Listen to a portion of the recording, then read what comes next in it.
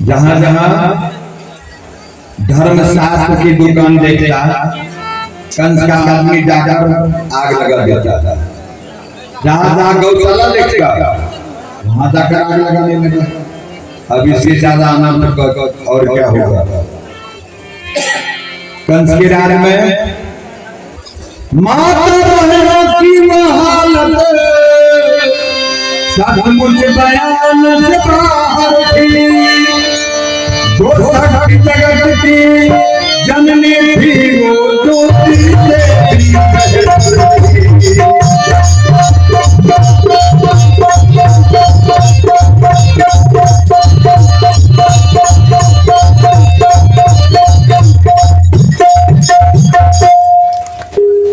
कोई मान मर्यादा नहीं, कुछ नहीं।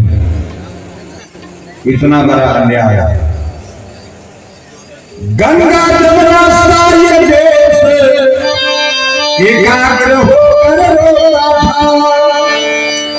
सूर्य मंडल से ब्रह्मंडल तक जब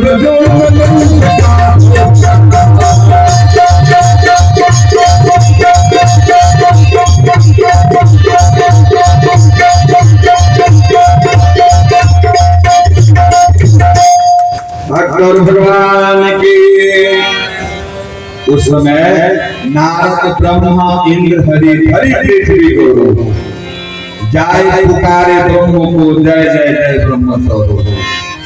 सज्जनों सारे देवतागण एकत्रित हुए जिसमें भोलेनाथ भी थे। सबने कहा क्या किया जाए। भोलेनाथ ने कहा हरि व्यापक सर्वत्र समाना प्रेम के प्रकट हो ही मैं जाना। भगवान तो कण कण में वास करते हैं।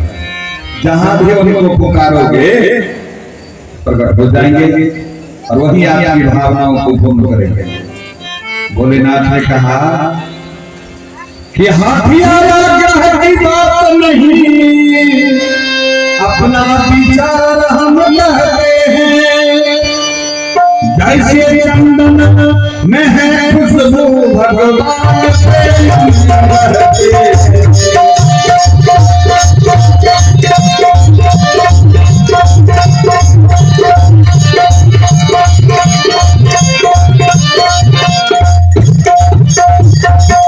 सारे देवतागण वहीं हाथ जोड़कर निवेदन आराधना करने लगे कि अपार तेरी माया माया है तेरी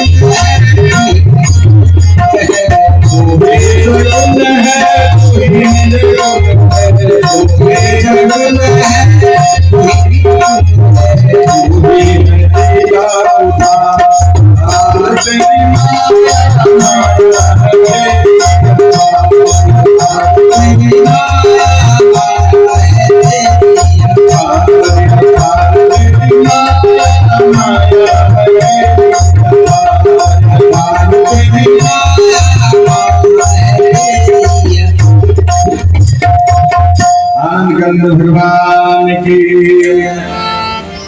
सज्जनों आकाशवाणी हुआ। ब्रह्मा ने कहा बधाई है, भगवान को कुल में आते हैं। सुर बोले उनकी सेवा को हम गोपी बनकर जाते हैं। पूरा गोकुल में सारे देवताएं वेद के मंत्र बड़े बड़े संत और महात्मा गोपियों का रूप लेकर के अवतरित हुए। सज्जनों कंस अपनी चचेरी बहन देवकी से बड़ा प्रेम करता था और देवकी का विवाह वसुदेव जी से रखा था। वसुदेव जी को 6 धर्म पत्नियां देवकी, भद्रा, रोहिणी, प्रताप, दया। तो वसुदेव जी का विवाह कंस ने देवकी के साथ किया और अपने हाथों से रथ खींच करके चला। आकाशवाणी हो गई कि कंस राजेश महतो बरबा इन्होंने 101 रुपए का प्रदान किए हैं। सारी भावनाएं भगवान को पूर्ण करें। सज्जनों, अब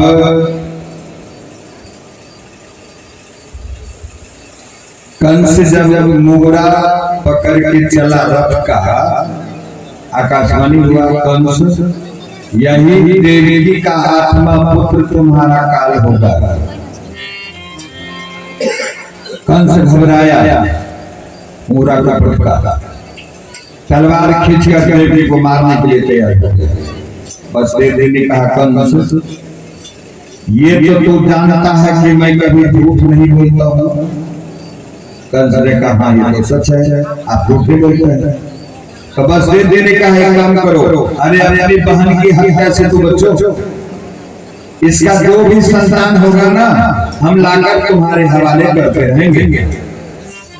कंस ने कहा ठीक है, और कंस ने देवी वसुदेव को छोड़ दिया। देवी वसुदेव गोकुल आए, प्रथम पुत्र का जन्म हुआ। वसुदेव भी उस पुत्र को लेकर कंस को देने के लिए गए। कंस ने देखा तो कहा इसे वापस ले दो, जब आत्मा होगा ना तब आप लाकर हमको देंगे। वसुदेव भी पुत्र को लेकर लौट गए। नारद जी ने सोचा इस तरह कंस अच्छा करने लगा, तब तो हो गया भगवान का। नारद जी कमल का फूल लेकर कंस के दरबार में प्रकट हुए। कहे कंस तू तो बड़ा भोला है, जरा इस कमल के फूल की पंखुड़ियां को गिनती करना। कंस गिना 1 से 8, बोले इधर से इधर के तो भी 8, बोले अब इधर से इधर के, अरे भाई 8 ही है तो कहीं से गिनती शुरू करोगे तो 8 ही होंगे। कंस ने कहा इसका मतलब हम सबको मारते रहे। नारद जी ने कहा देखो भाई हमको जो कहना था वो कह दिए, सोचे ज्यादा उकसाएंगे तो हमको भी बाल हत्या का पाप लगेगा। इसलिए नारद जी ने कहा हमको जो कहना था वो तो कह दिए, अब तुमको क्या करना है वो तुम सुनो। और नारद जी वहां से नारायण नारायण श्रीमन नारायण नारायण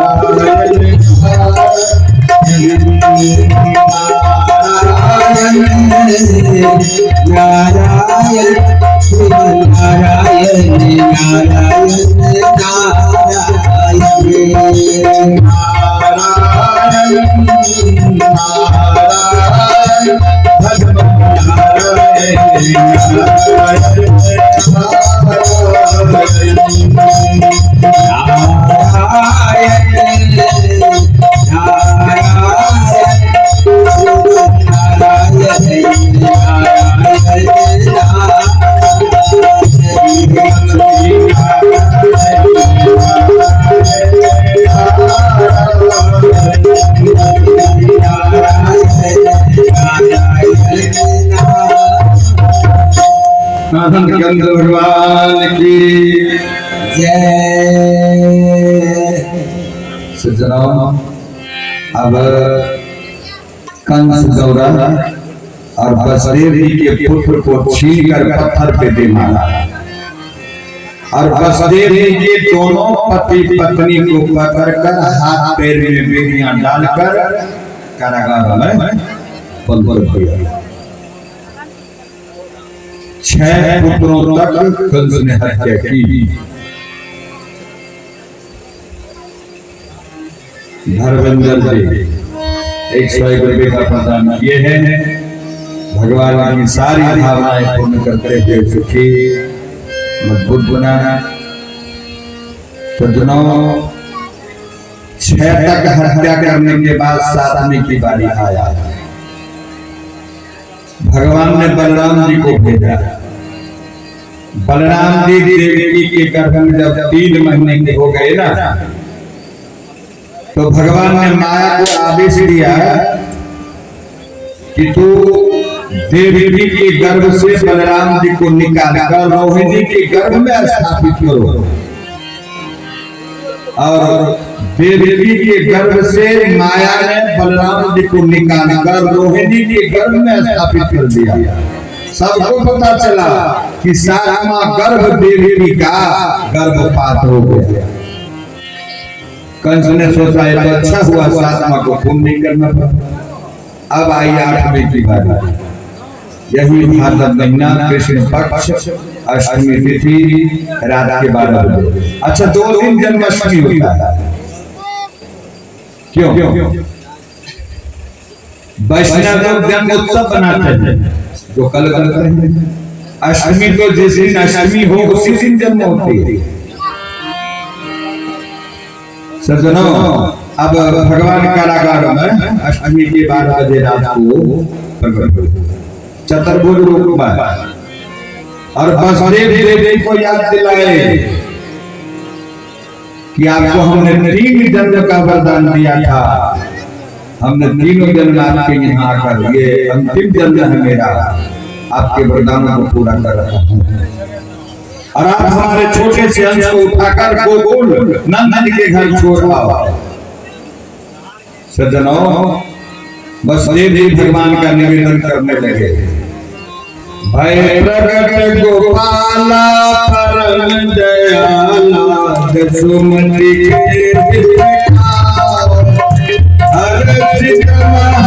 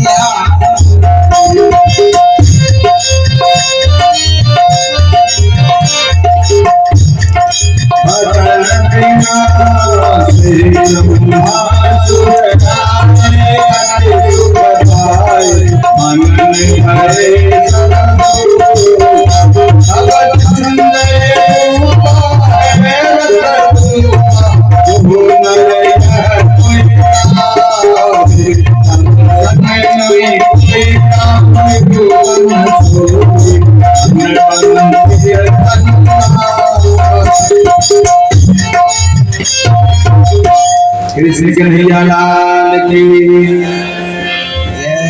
भगवान अपने अंश को छोड़कर कुछ भी करोगे, निद्रा देवी को नहीं लगा सकते, उसको वरदान मिला है हनुमान से। सज्जनों,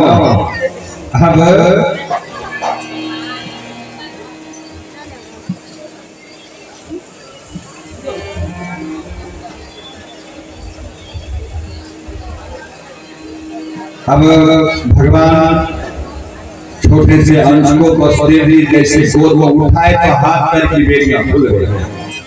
भगवान को जो सर पे उठाता है, राजकिशोर मातो 101 रुपए का प्रदान किए हैं। भगवान की सारी भावनाओं को पूर्ण करते हुए सोची संपन्न बना रहा है। अब वसुदेव जी जैसे भगवान को गोद में उठाए तो हाथ पैर की बेड़ियां खुल गया। कोई भगवान को सर पे उठाता है तो उसकी तो माया की बेड़ियां खुल जाती है। वो तो लोहे की जंजीरें थी, बढ़ते गए वज्र के बाद खुलता गया। बाहर आए 3 व्यक्ति मात्र जाग रहे थे। कंस ने दरबार से कह दिया क्या मेरा अंतिम दुश्मन है। दरबार ने कहा हम लोग ऐसे खड़े रहते हैं कि चीटियों के क्या बना दर्शन हो जाए। कंस ने कहा हाँ ऐसे से कर आना। कंस जाके सो गया। दरबार आपस में विचार किया जिसके सर के ऊपर काल घूम रहा है वो तो सो गया। हम क्यों जागे, सो जाओ सब, और सब दरबान सो गए। सज्जनों, बसदेव जी बाहर आए, चंद्रमा ध्यान लगा के बैठा था, भरपूर कृष्ण का दर्शन किया। कृष्ण चंद्र की जय। माया टोकरी दी, बसदेव जी भगवान को टोकरी में उठाए, चले, रिम रिम पानी बरसने लगा। बसदेव जी जमुना के किनारे आए, जमुना जी भगवान के अर्धांगिनी उफान मारी चरण को छूने के लिए।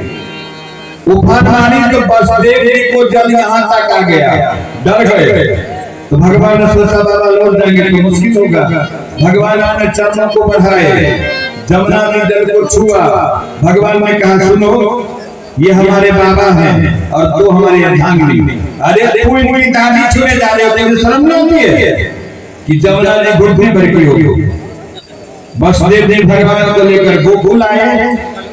वज्र के बाद खुलता गया, मैया यशोदा को माया उत्पन्न लिया था, भगवान को लिटा दिए। माया को गोद में लेकर बसदेव जी कारागार में आए। जैसे माया को सर पे उठाओगे तो हाथ पैर में बेड़ियां लग जाएगा।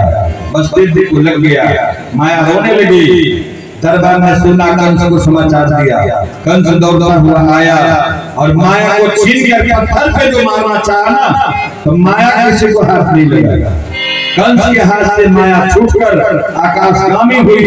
1 लाख कंस के पीठ के ऊपर जमा दिया और आकाशवाणी दिया कि कंस तुझे मारने वाला गोकुल में अवतरित है और सुरक्षित है। कंस के पैरों के नीचे से जमीन खिसक गया। इधर 4 बजे सुबह मैया यशोदा जगी, देखा था लाला भयो। नंद को समाचार दिया, एक दासी लाला भयो है। नंद जी ने गंगा स्नान की, प्रथम गणेश की पूजा की, दासी को हाथ दान दिया। नंद जी ने 10,000 गाय, 2 लाख गाय दान में दी। एक पंडित जी को 10,000 गाय दिए। पंडित जी गाय देकर अपने घर पे आया तो पंडितन चिड़चिड़ा स्वभाव की परस्पर पंडित कहती है, कैसा पागल पंडित हो तुम, अरे जो देता है उठा ले आते हो, ऐसा कौन निकला इतना सारा गाय देने वाला। पंडित जी ने कहा मुझे पता है, नंद घर आनंद भय। पंडिताइन जैसे सुनी तो बाहर आ गई। पूरे गोकुल की गोपियां पंडिताइन नाचती खेलती सब यशोदा जी के भवन में आती है और कहती है कि नंद घर आनंद भयो जय कन्हैया लाल की, आनंद भयो जय कन्हैया लाल की, आनंद भयो जय लाल की, घर आनंद भयो कन्हैया लाल की,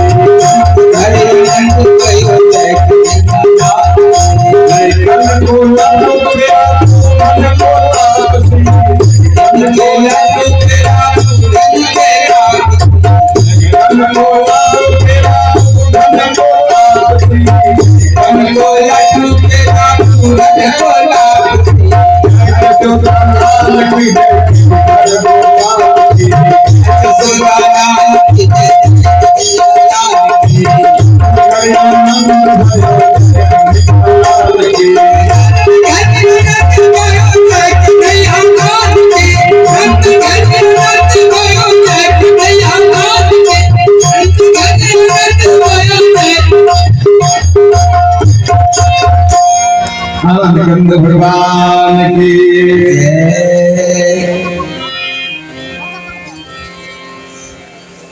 सज्जनों, भगवान कृष्ण का जन्म गोकुल में, जहां तक समाचार गया तो पूरी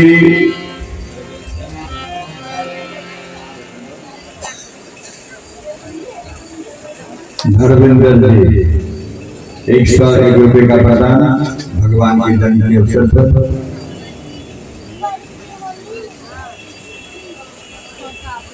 विनोद शाह जी 201 रुपये का प्रदान किए हैं। और दूर सेंटर जाता भगवान रोजी रोटी में खूब बरकत दे, एक से अनेक होते चले जाए। पूरी गोकुल की गोपियां भगवान का अवतार सुनकर के दौड़ती हुई आई। ये नारी समाज 3 दिन में जितना पुण्य कमाती हैं उतना ये नर समाज 1 महीना लग जाता है। इसलिए नारी समाज को भगवान के हवेली में जाने के लिए जगह मिल गया। भगवान ने गोपियों को अंदर ले लिया, लेकिन नर समाज जितना भी गए थे ना अंदर नहीं जा पाए, बाहर ही बाहर रुक गए। गोपियों ने भगवान को कोई दही का टीका, कोई कुछ है, कोई भोग, कोई कुछ न कुछ गोपियां भगवान को भेंट अर्पण करती हैं। भगवान के दरबार में जाओ तो कुछ न कुछ अवश्य भगवान को अर्पण कर दो, ताकि भगवान आपके कर्जदार हो जाए, आपको ख्याल रखें और समय पर एक से अनेक बना करके दे। इसलिए मुनीलाल पंडित 51 रुपये का प्रदान किए हैं। बोल दे अनंत भगवान की जय।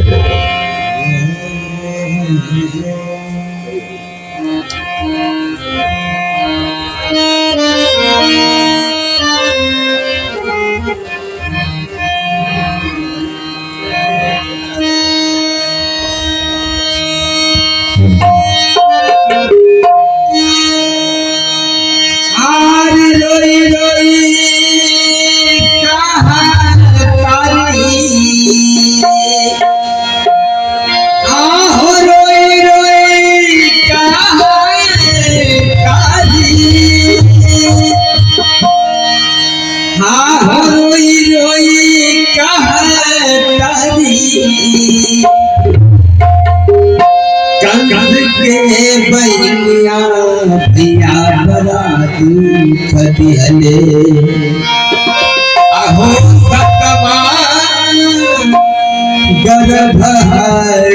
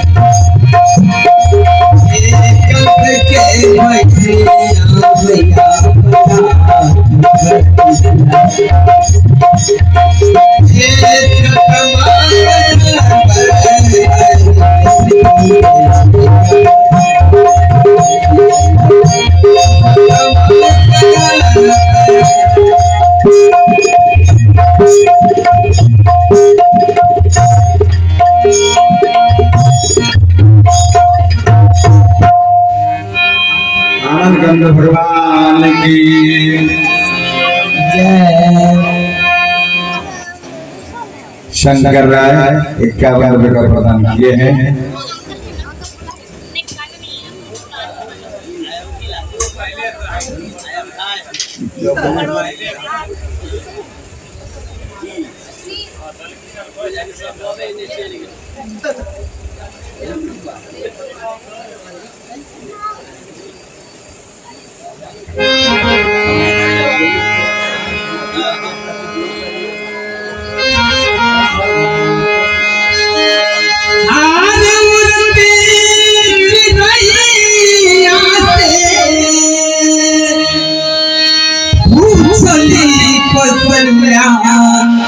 तनिके देखने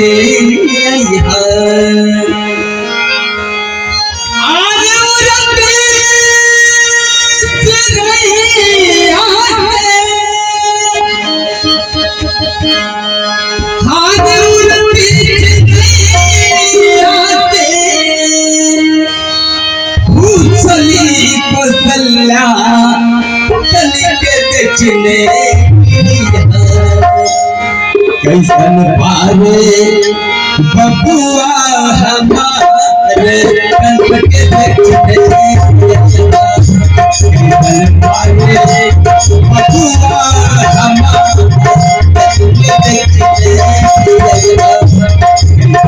पारे बबुआ